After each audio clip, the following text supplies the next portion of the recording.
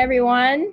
Welcome back. We hope you enjoyed the morning sessions. I'm Laura Jenkins. I'm the Director of Partnerships for Global SF. I will be brief because I know we're all anxious to jump into learning through the evening sessions, which are dedicated to exploring food innovation around the world. In the first session, we will start with a high-level look at food and global innovation before diving into specific food trends in Japan. And a group of Japanese companies will join us to share technology, products, and ideas they're working on to make food more sustainable, eco-friendly, and less wasteful, and more delicious. So we will start by hearing from Bjorn Asta, the founder and CEO of Good Idea Drinks. He is also the co-founder of Oatly and has 25 years of experience from entrepreneurial-driven companies with a focus on food and also health globally. We will then explore food innovation in Japan with Misako Ito Shiozaki, who is Director of PR and Business Development at the Japan External Trade Organization, or JETRO. And a few very quick notes before we begin. If you have questions, please share them in the Q&A and we will get to them. And we realize with this virtual format, it's not as easy to make connections with the speakers and the participants. And we are more than happy if you would like to request a meeting with any of the companies presenting in this session. Please reach out to Global SF. You can reach out to me directly to request a meeting, and we will also post a link in the chat, in the Q&A and the chat, so that you can request that. And lastly, 3 of the companies today will be presenting in Japanese with English translation. So you will see, and we will remind you before the translation begins. We'll ask you to select English or Japanese, whichever you prefer, but you need to actually make the selection. So with that, I welcome Bjorn. Thank you. Do I need to unmute? Thank you. Arigato. Hello. Hey. So fun to be here. Thank you for inviting me. And I look forward to learn more about what our friends from Japan can bring to our functional food community. I also look forward to the sake tasting, but that is a little later, I guess. So I was asked to just give a couple of,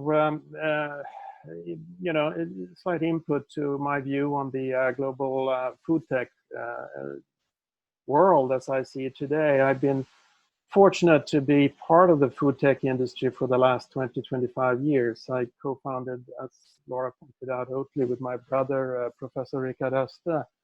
And gosh, it felt like yesterday, but it's actually as far back as 1995, 1997. So we talk about a 25-year-old overnight success story here. But my journey with Oatly is really taking me all over the world, all corners, looking for oats and oat farming and consumers that like dairy products, but dairy products made from oats. And has given me some thoughts and insights into where I think the food tech industry is going. And I like to share quickly some of that before we launch into the more interesting presentations.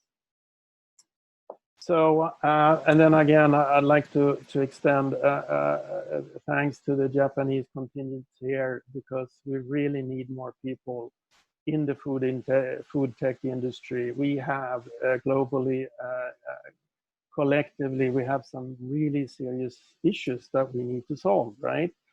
It comes as no surprise to anyone. We have clearly a problem with climate change. We also have some dramatic population growth. We have 10 billion people around the corner that we need to feed. And we can see the traditional food industry, the incumbent food companies and ag tech companies are kind of missing the ball in this race. They are stuck in their traditional thinking and systems. And innovation tends, as in any other industry, true revolutionary breakthrough industry innovation comes always, certainly, from outside. And that's what we see here, right? So I think the landscape of food tech and innovation is really, it spans from, it's not just the CPG or consumer packaged food, right? It spans the whole gamut from production, whether that's in the fields or in the oceans or in factories or greenhouses, vertical farms or whatever. And we've seen a lot of exciting development over the last 2, 3, 4 years here, but I think we're still only in the very, very beginning. If you look at the total food complex, I think they say employ about 25% of the global population. And the global food supply chain is an $8 trillion annual spend. Enormous numbers, but it also shows that even small innovations, small contributions in small corners of this massive landscape can make a big money and also have a big impact, whether that is, as I started off saying, on the production side in the fields, what do we put in the soil or in the ocean? How are we working with the most optimal grains or the most optimal seaweeds or algae, or can we look at unused resources and deploy them better? How do we process them? How do we transport them? Food processing in general is obviously a big key concern, and we also see now a strong consumer reaction to the more traditional food processing techniques, right? The consumers look for cleaner, leaner, tastier. Food taste has become, oddly enough, an important factor in the food industry. It didn't used to be for the last 50 years, but really now, taste and quality is coming to the forefront.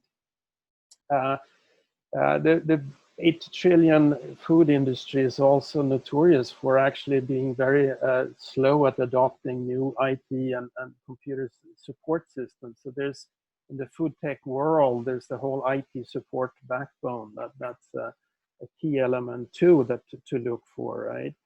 So we can follow the chain, it's distribution, it's retailing, new types of reaching the consumers, new market channels. It's what the consumer will do with the food when it reaches the consumer's kitchen.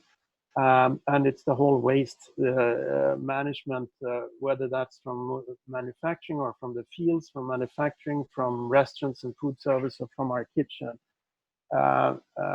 Waste is actually a bad name because waste would imply that the resources we throw away are quote unquote wasted, but they could actually be phenomenal raw material for somebody else, properly looked at and properly used. So we see now the last couple of years a start to innovate along this whole spectrum, but I think we're all waiting for more innovation, more people to look at, and more technologies to really help solve all these issues so we can feed our 5 billion people. And I guess this could be a good sort of a launch into the next step of the conference here.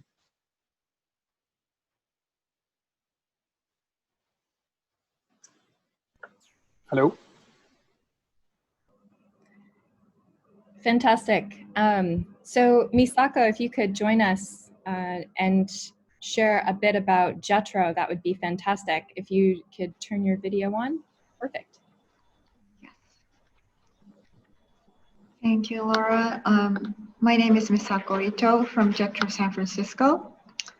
JETRO is a Japanese government-funded organization headquartered in Tokyo and have 50 domestic offices as well as 76 offices in over 50 countries. So we support Japanese companies who challenges to do business in the United States, and we also support US companies who bring unique, innovative technologies into Japan. So we are being acknowledged by our counterparts as the first contact when you want to do business with Japan. So I just want to share the screen. Just a quick overview of the Japanese.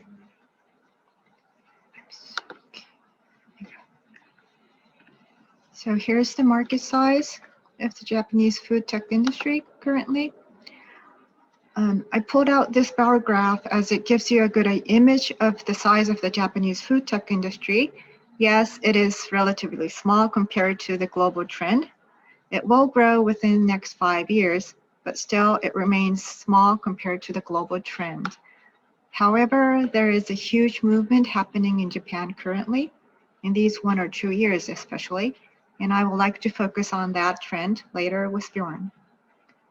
So I'll give you back to Laura.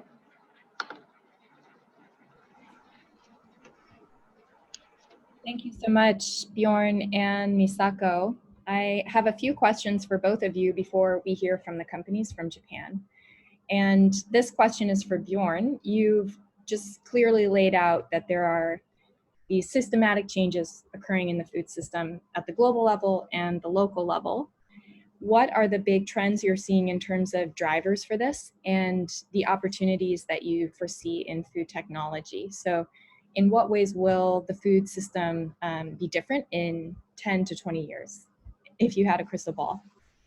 Yes, if I had a crystal ball, it'll be very different from what we see today. I think a lot of the, if I start at the end, right, a lot of the incumbents will be very different compared to what they are today. We will see a lot of new companies come in and take a dominant place. Companies that weren't born or just have been born in the last couple of years, right? But I think the key driver for me that I see that really triggers a lot of the innovation right now, it's the demand for sustainability short term, really. And that in its term is driven by Gen Z, the new young generation of activists, 15 to 25-year-olds or thereabout. And the interesting thing with Gen Z is that not only are they very vocal and demanding right now, they're very influential. I have 2 Gen Zs at home myself. I know how they impact my purchasing behavior, right? By shaming me and whatnot. But more important with Gen Z is that in only 3, 4, 5 years from now, there will be the world's largest purchasing power, and the generation with the biggest pockets and most money to spend, and bigger than any generation we've ever seen before. And I think anyone that wants to survive in the food industry needs to win over the hearts and souls and minds of Gen Z. And that battle happens today. So I obviously come from the plant-based industry, right? The plant-based dairy industry, and I see that a lot of the traditional dairy companies, they have completely missed the boat on train, or they missed it. They have, and they will struggle. They will absolutely struggle, because if you don't have Gen Z today, and they have the biggest, fattest wallets in just a couple of years from now, you're in trouble. So listen to them, follow them, and cater to their needs and demands, and that will lead to a higher sustainability and more efficient, more tasty, better quality food. Great. And Misako, building on that a bit, what are the trends that you are seeing in Japan? What is Japan specific? Yes, I think we can summarize into 2 trends what is currently happening in Japan, which is one, that we are now reframing or modernizing our traditional food and started trying to tell the story behind each food. And second, that we see many Japanese large enterprises pivoting to food tech, not to be left behind in the global trend, and also trying to contribute to the part of the SDGs. So if you have a friend who have traveled to Japan before, and if we ask them what do they remember, almost 100% will answer that the food was amazing. So Japanese food preserves the natural flavor of the ingredients and focuses on its delicate texture. So a lot of menu use vegetables, soybeans, fermented food, and make healthy dishes. So we didn't realize until recently that we took for granted was actually a cool food in the world. So we have today the speakers that manufacture products from vegetables, soybeans, tofu byproduct, and tea. These products are built into our dietary habit for more than 10 centuries. So we now know that with the rich history of dietary culture, that these are healthy, and by adding technology and creativity, they have the possibility to contribute to sustainable economy. And regarding to the second point, again, I want to share the slide of the main players of Japanese food tech. Here it goes. Okay, here it goes. So you see, here's the brief player map of the Japanese market, and you see several big names like Otsuka, Nippon Ham, who have been involved in the food industry for a long while, but more companies outside of food, such as Kubota on the left upper side, an industry machinery manufacturer, and also Denso is an automotive parts company. And also, we don't have the name on this player map, but there's other companies from chemical or oil started to join this field. So one of today's speakers, Fujifilm, is a renowned company in the field of photography, but they are shifting their core business to pharmaceutical and life science field. So their expertise in functional food and eagerness to expand their business boundaries is what we see in other large companies in Japan as well. I think these are the two trends.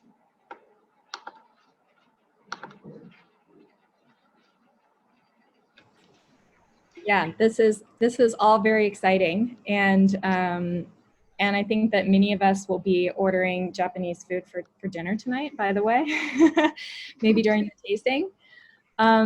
So, you know, looking at this in terms of global impact, and this is a question for you and for Bjorn, what is important for innovative food brands when they are expanding globally? What are you seeing? Do you want to start? I can start. I think very important is another lesson from the OK world is the importance of correct branding and a branding that's authentic.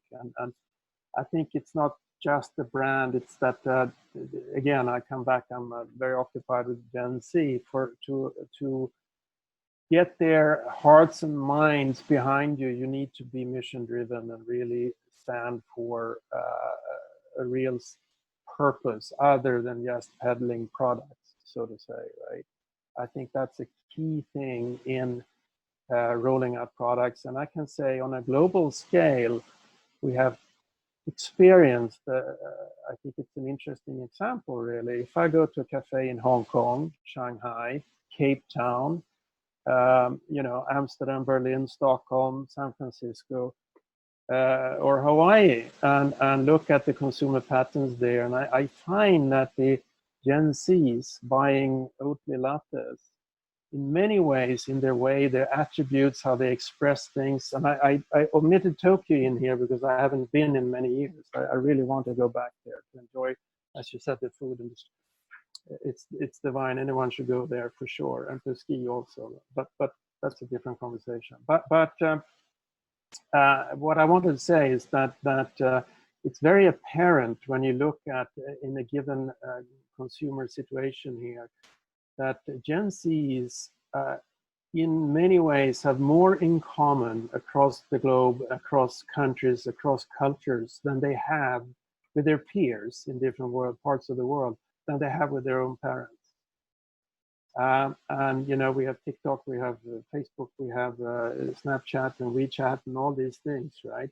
And it really, again, it's important. I you know, stress this. You've heard it already many times, but it's fascinating when you see that. And to get across to that consumer group, you have to matter. You have to be relevant for them.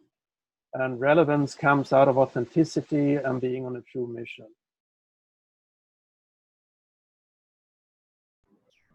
Great. Misako, do you have insights here? Yeah. So the question was, how can the innovative food brands go global? Okay. So if I could say that the government support is necessary, that's good, but that doesn't solve the whole problem. So what is critical is to have I think the collaboration with foreign players. It could be a collaboration in R&D or an investment from US venture capital or to Japan or vice versa as well, or maybe a suggestion of a new menu or a new recipe from a chef or a restaurant. I think the innovation comes from the new idea and also the collaboration. So we really appreciate the requests for the meetings with the Japanese speakers presenting today, which I believe will accelerate them to go global. I totally agree. And thank you so much. And I do want to comment on something that Bjorn just said, which is this connection between San Francisco Bay Area, Japan, and also Hawaii. Global SF is in the middle of planning a delegation, hopefully by the end of 2021, but we know could be 2022, bringing investors, companies, and chefs to Honolulu and then to Tokyo to make those connections in person when that becomes possible. So, so hopefully we'll have both of you involved in that as well. But I do want to keep an eye on time, and we have some really exciting presentations to hear from the companies with JETRO. So we will open the floor. Thank you both so much. Thank you, Laura. So can we start the presentation from our carefully curated Japanese food tech companies? So first is Eiichiro Tsukada from Kuzen Matcha, a CES 2020 Innovation Hours honoree. So Tsukada-san, can you turn on your video and the microphone? Are you here, Tsukada-san? Okay. I can unmute, but both stop the video, so I cannot restart the video for some reason. Okay. John, can you turn on the video? Okay. Yes, yeah. It's coming now? Yes.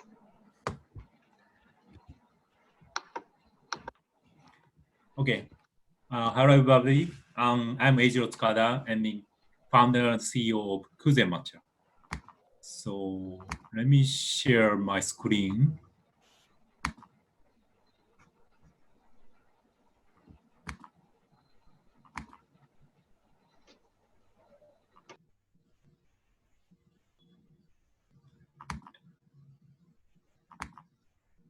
Everyone good? I hope so. Okay. Yes, okay. You're good. Okay. So Kuzen Matcha just launched yesterday. And then let me start my quick introduction about myself. I'm, founded company, but before that, I also founded, Stone Mill Matcha in San Francisco. And then also I have extensive, tea business background at Suntory. Our mission is bringing, authentic matcha into people's daily life with ease and open mind.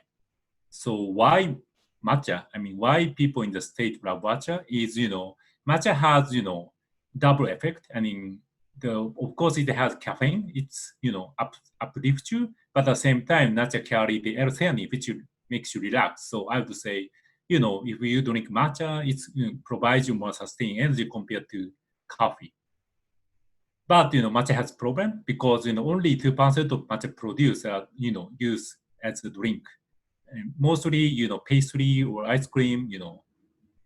So the reason for that is one is it seems really difficult to whisk. I mean, because of its ritual, and also powder itself, it's not soluble in water and easily forming clumps. So matcha as is, because of the powder, only a few people drink really regularly. But our strategy is introducing the system, and then introducing leaves, and then the machine grind the leaves into powder, and then mix with water to make the matcha shot. Then with the liquid, people can easily mix with other kind of liquid, and then also easy to handle, and you can enjoy the freshly ground taste, so which can become the everyday drink. So let me show you how this works. You see my screen, or what should I do? So hope you see. If you're going to demo, I would stop screen sharing, and then we'll see Yeah, please, demo better. Yeah. So here I have the matcha maker.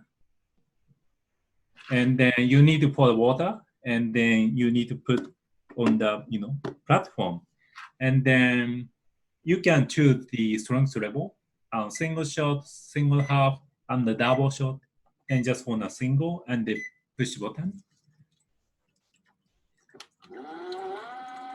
And you see gradually the freshly ground matcha is dropping down into the cup where it's blended with water, and so it's basically out of the leaves into the fresh shot of matcha.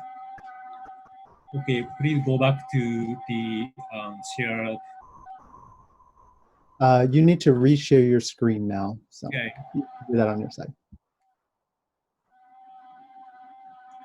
Okay, so and then within a few minutes, so your matcha will be ready.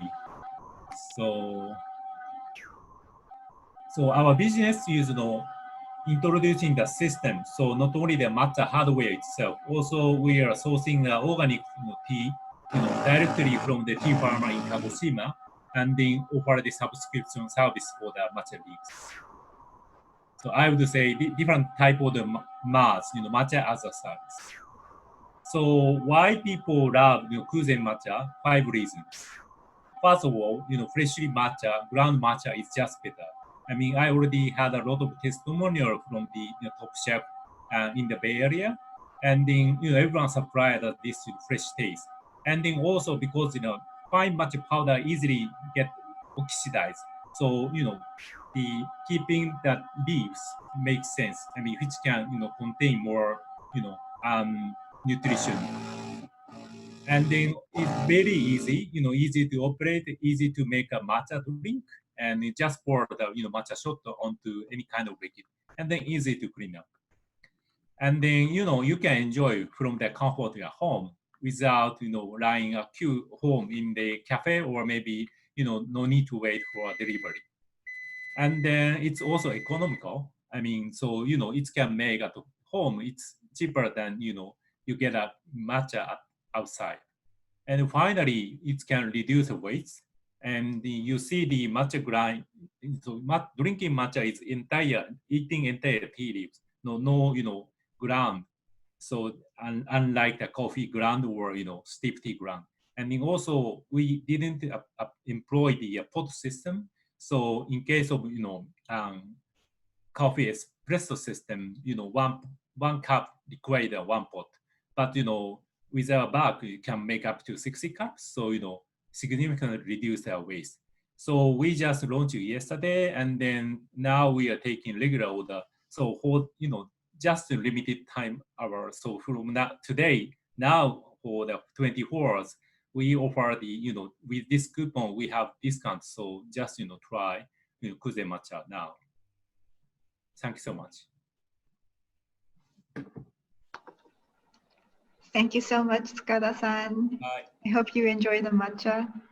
Yeah, I'm gonna now enjoy this one. Sorry. Thank you. So next is Hiro Mashima from OKM.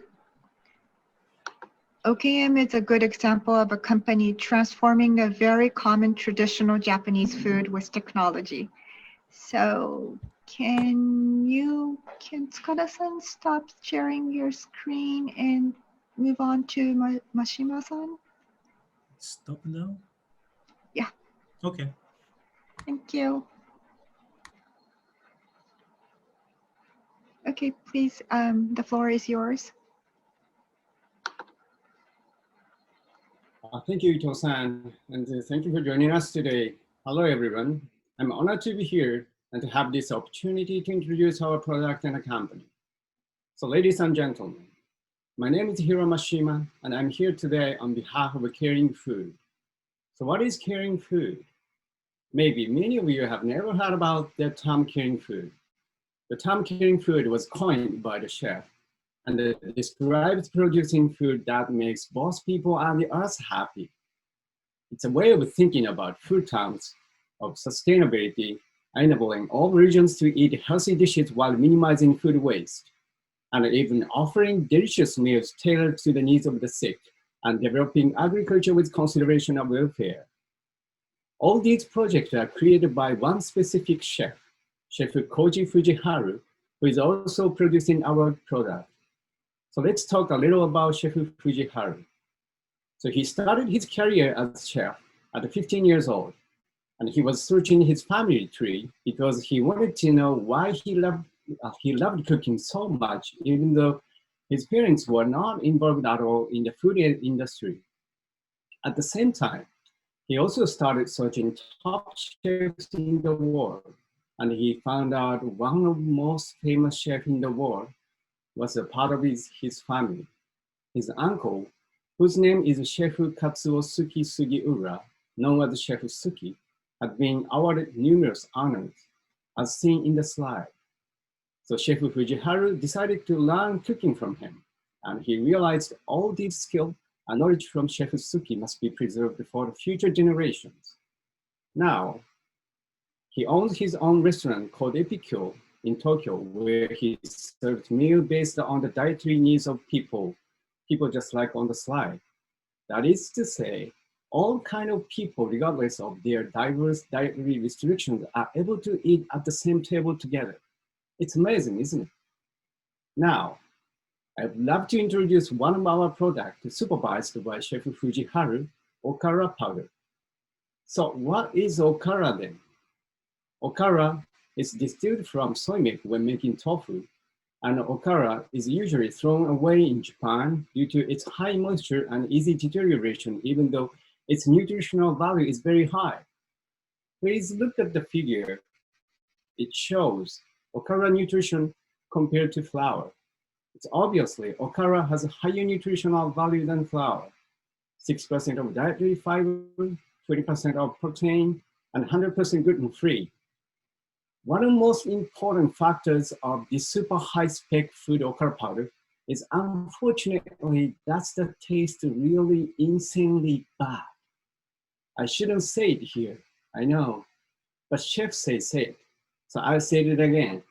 The nutritional value is super high, but it tastes horrible. Even big companies are already giving up to using it. And then chef thought, how I can use this high-spec powder for food? Could I even use this powder for ramen or tempura in the way people can enjoy? The thing for the product development concept was continuation and selection. It's difficult to go to a restaurant every single day for your health or food restrictions.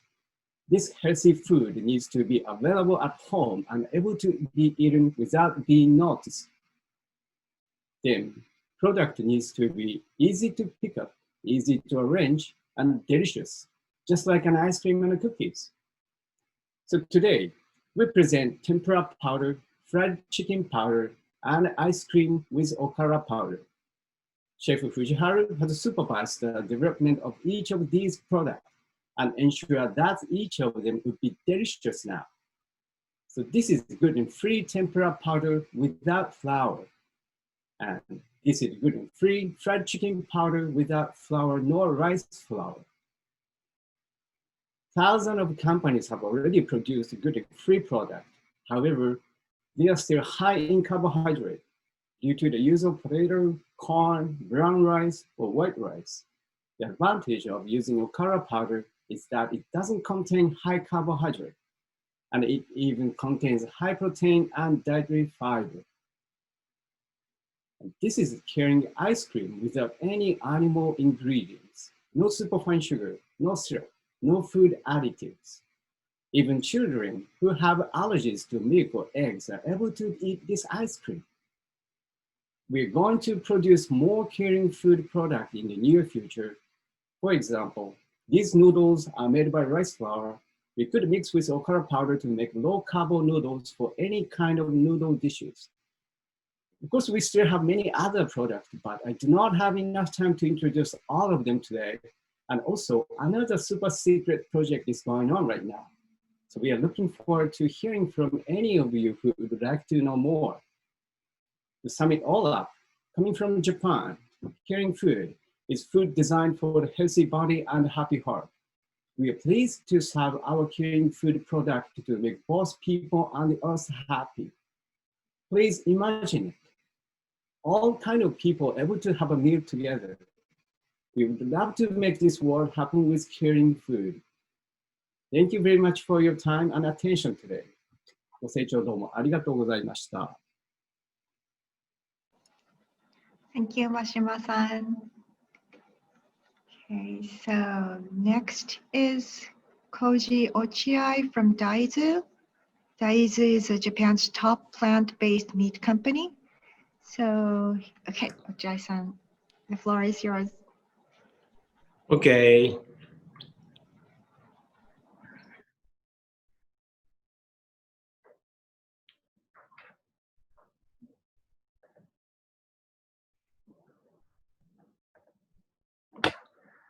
Okay, maybe my slide will be up here. Okay. All right, so my name is Koji from Daizu. So we located in Kumamoto, Japan. So this is new release from A&W Okinawa hamburger shop. So we are making the plant protein ingredients. We supply to them. So our plant-based protein we call miracle meat. So maybe your plant-based protein has some problem.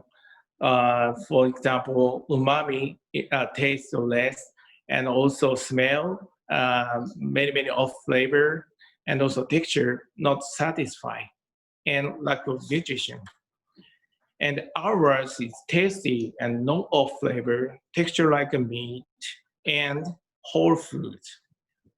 Of course, we don't use any oil, vegetable oil pomace, and also vegetable starch pomace. How do we make the miracle meat? Okay, so material is raw soybean. And then, so normally vegetable oil company making their oil pomace using two plant protein, but we germinate just like that, 16 hours growing, and then after that we make the plant-based protein. It's big different. We have innovation that is patented. Okay, the mechanism. So from left-hand side to right-hand side, almost 16 hours it takes time. So we grow the germinated seed. That means it's a vegetable, high vitamin, high nutrition, amino acid, many. Okay, and then so this is patented OGM, Ochiai germination method. We control O2 and CO2 balance, and also temperature, and also watering interval we control. These 4 parameters we control to make different type of taste germinated seed, just like a meat, okay? And then, for example, this is normal germinated soybean amino acid. And then after OGM, we can control increasing the amino acid. Okay, let's compare umami taste with beef and germination soy. This column is germinated soybean, high glutamic acid, and then beef just like that, much better than beef taste, you know. So we use this germinated soy to make the plant-based protein, you know. And also we have strategy, and then we have a special variety of soy. This is no contents in linoleic acid. That means no hexanol, no aldehyde. That is smell of flavor. It's gone, okay? And also texture. We use germinated soy to make the extrusion. No addition, no subtraction, and then making the whole foods plant-based protein, you know. And then we perform germination and metabolism analysis of bean and grain, okay? And then with the help of AI, factor related to taste and texture and character, okay? Then just like that. If people like beef, combination just like this. And if people like pork, just like that. And then we have germination tanks just like that. And then we can make many foods just like that. And then we can, our technology will be able to achieve a lot of SDGs goals, okay? And we can help global protein crisis by our germination technology, just germination, okay? Thank you very much.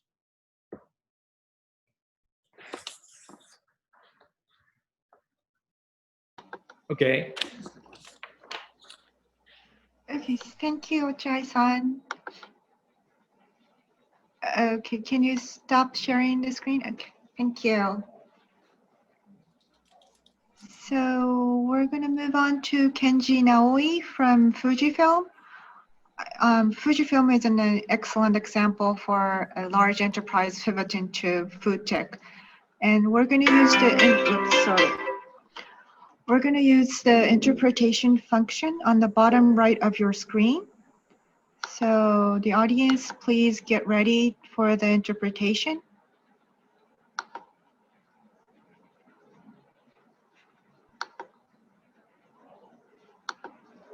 Okay, so Naoi-san, are you ready? Okay, can you hear me? See me? My Yes, screen? Okay. yes, please. Okay. 富士フィルムオープンイノベーションハブの直井です。本日はお時間いただきありがとうございます。富士フィルムの機能性食品素材を紹介させていただきます。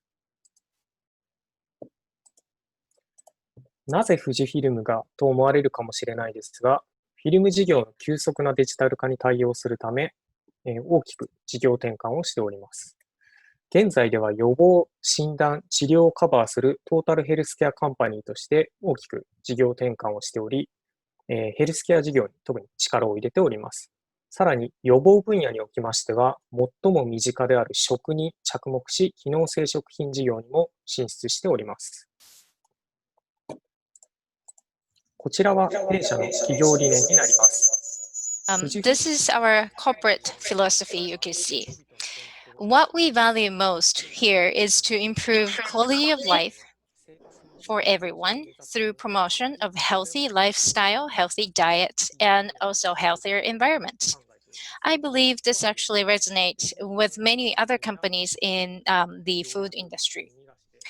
That being said, health food and supplements have not particularly been the most tasteful, fun, or convenient for consumers. So here are some examples. Salacia and Astaxanthin, they both have particular smells or odors and bitterness to it, which made them unsuitable for food ingredients in the past. Fujifilm believed that with our technology, we may be able to solve these issues and offer new values in the industry.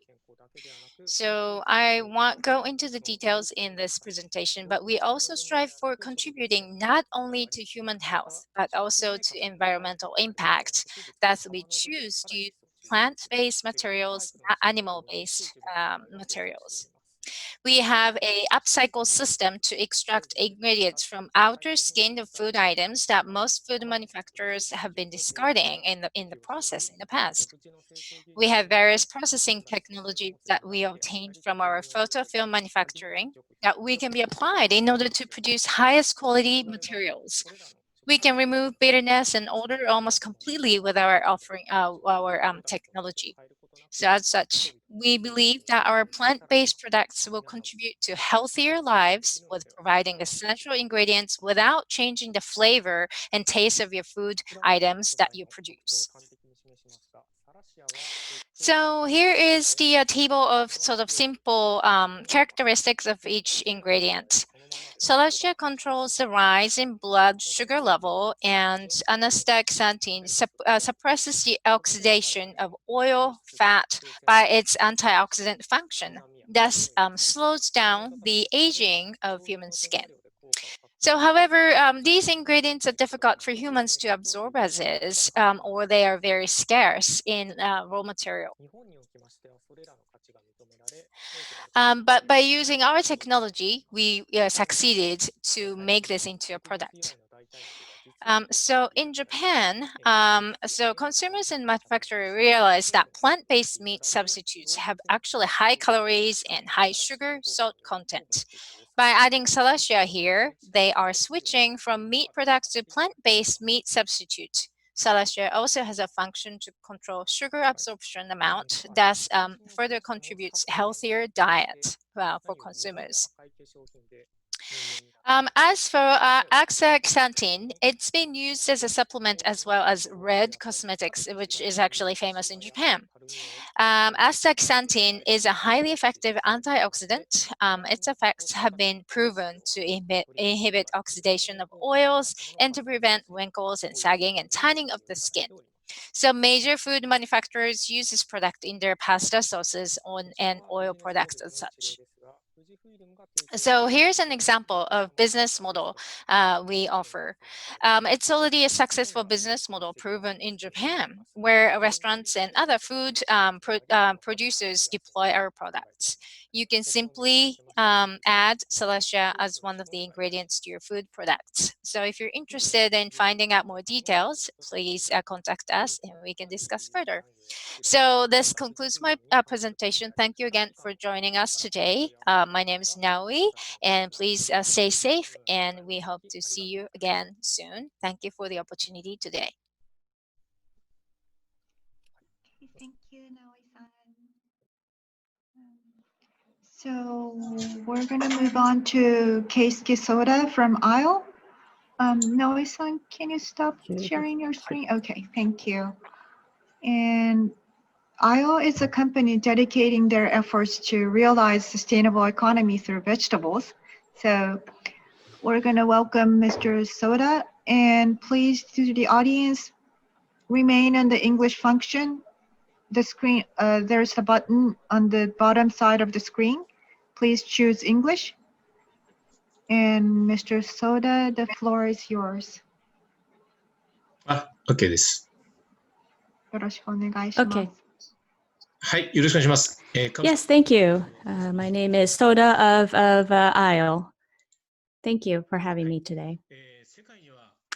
In this world, by 2050, it is estimated that the world population would exceed 10 billion people. And in terms of the world grain volume, this is our analysis.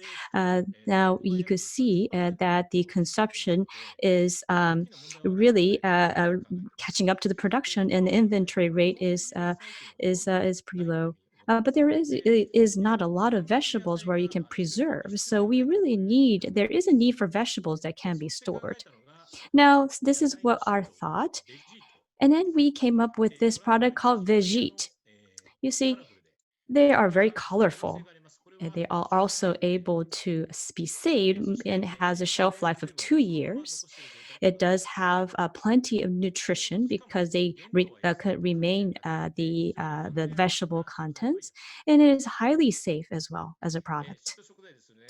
And because these are sheet products, these are the examples that you can see here that you can enjoy.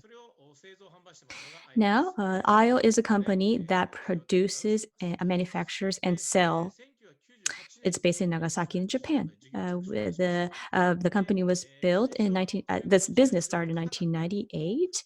First, the product started out as a very hard texture product, but then after 8 years, we attained this soft texture. And then as far as the drying time goes, it used to take 8 hours, but after 9 years, we were able to attain the 15-minute drying time. And also hygiene management. It took us 5 years to reach FSC 22,000. And then in 2018, we started sales in Japan. These are the examples of where we sell our products. Now, the reason why we are able to store our products, I'll give you the answer. This really is the water. We can show you that by the water activity value. Vegete has is a freeze dried food, And this is where, at a point where micro cannot propagate. And also, when you when you change ingredients, we can actually change it to the shelf life of 5 years. And we also were able to minimize the weight and volume by 1/10, which actually means that we were able to reduce the distribution cost of 1/10 as well, which actually leads us to be the ability to travel around the world and then to be able to store all around the world. Now, there's some surprising factors. This is the aftermath of a harvest of the carrot field. If you look carefully, you will see bits of carrots that are in different shapes that are not perfect. And then so we actually purchase these carrots that are not perfect at a pretty low price. And then we are able to sell it that is why we're able to sell at a low price of our product.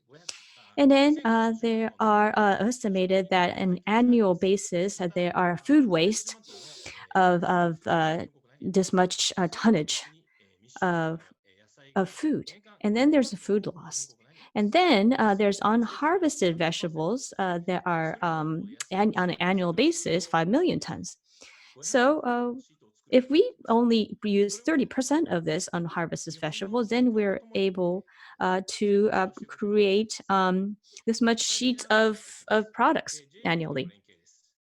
So this shows the aisle model. We actually have a cooperation with the Japan Agricultural Group within Gifu Prefecture, and then we provide our technology to JA Gifu, and then they provide us with the product. So this is called the aisle model. This type of models are based in various places in Japan. Now, we also are planning on establishing the same model in France. And there's something called Rangus, which is the biggest food manufacturing business there in France. And then there are certain areas that are difficult to manufacture in terms of the high level machinery. Therefore, we are able to support that remotely from Japan. And then there are in various parts in the world where we are able to do that. And then apparently it's estimated that there are 300 billion tons of unharvested vegetables, and then we are able to manufacture 3 trillion sheets annually if we make use of that. Our goal is for us to create a conflict-free and peaceful future, and we're looking forward to companies to spread our model to the world. Thank you very much. Thank you very much. And now this would be the last company from Nakamura-san from Nakaki. Nakaki is the manufacturer of a traditional Japanese food product called konnyaku. President Nakamura, the floor is yours. Hello, my name is Nakamura of Nakaki Food. Today, what I would like to introduce to you is a food product that is made of traditional Japanese food called konnyaku, which is a jelly-like food made out of root vegetable. Since our company was founded in 1914, we have been producing konnyaku products for 106 years. There have been a number of konnyaku products we developed, but today I'd like to introduce to you the best of the best among them. This is a picture that was taken 3 years ago that we are selling in Japan. In the world today, our world is satiated with food and leading to food allergies and diseases caused by obesity. And there's also religious dietary restriction, and popularity is rising for zero sugar, low calorie, gluten-free, and vegan food products. So our company have thus developed food products that are alternative to wheat noodles and rice. And recently, we are seeing an increasing number of food products that advertise its low sugar or low calorie contents, However, unfortunately, consumers are having a hard time enjoying its taste and continue eating for a long term. Therefore, we decided to make a food product using a new type of technology in which soy is added to konnyaku, which allows the consumers to eat the product to their heart's content, whether they normally feel guilty of overeating or whether they're diabetic or whether they're trying to cut out sugar and calories. It really is like a magic food product. Glucomannan, which is contained in konnyaku powder, is rich in dietary fiber and it controls the intestinal function. It is also detoxifying. It prevents diabetes and normalizes cholesterol level. Additionally, konnyaku powder can absorb water up to 40 times, providing the consumer to reach a sense of satiation very quickly. And this has led to European countries recognizing it as a diet medicine. And thus far, as an Asian food product, konnyaku has been enjoyed by mainly Asian people.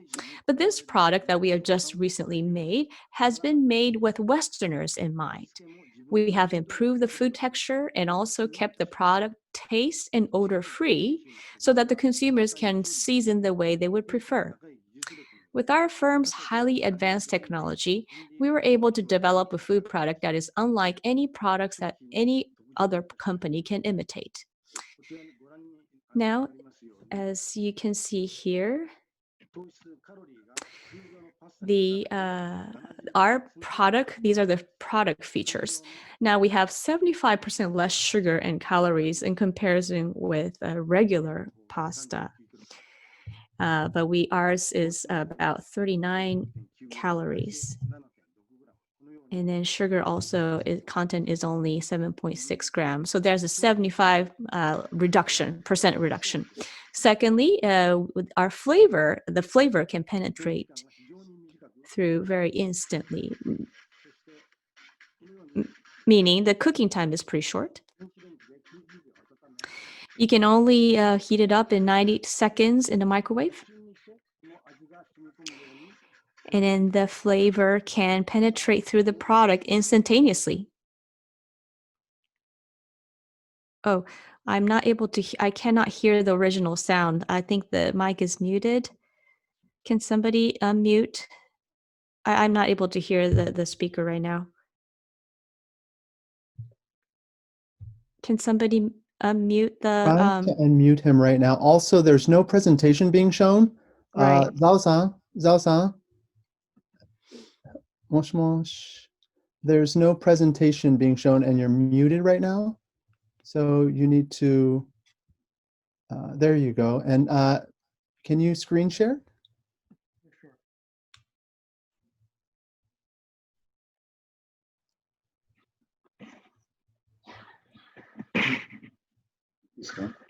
Not yet. I'm not seeing a screen yet. Just one second.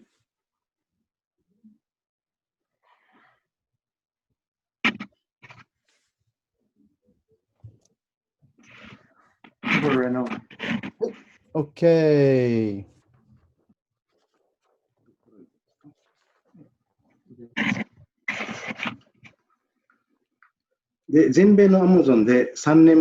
So we once made our product available on Amazon USA and it was very well received. However, we put a pause and we concentrated our effort in obtaining FSSC 22000. And we will start selling our PB products this December by cooperating with Virtulo Import LLC based in New York. These are the products that we are going to sell. And we do have over 100-year history of our company.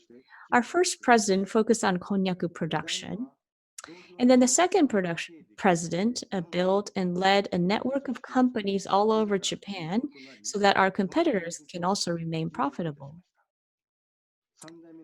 And the third president, which is me, I studied the science of konnyaku manufacturing, which ultimately led to our best product that nobody can imitate.